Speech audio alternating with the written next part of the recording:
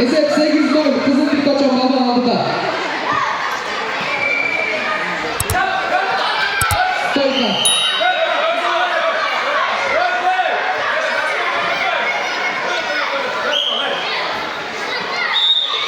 Esep Stoyka 6-1 Sıra aldı.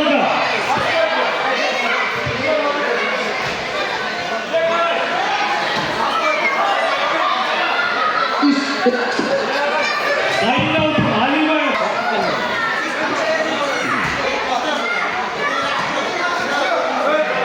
Diğerine çağırmak. Cumhurbaşkanı Trenes Sadık Kumar Topladı. Dayadan Kursun Kabirtekov ne Elizabeth Challenge. Zaten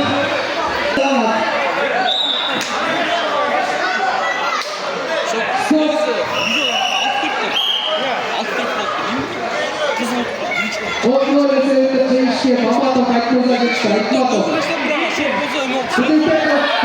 Budipekov Tekkan Belot.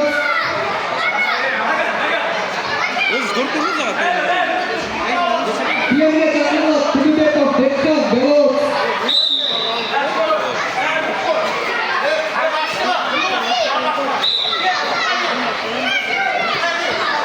Dayanlansın. Hasanbekov Abdurrahman Ahmet. Sorunlarla. Sıfırlarıyla Mustafa İzabet.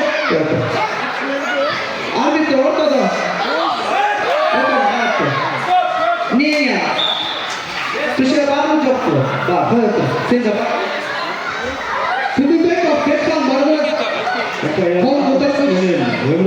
Adambaşı çok tutma. Hayırlısı. Sayın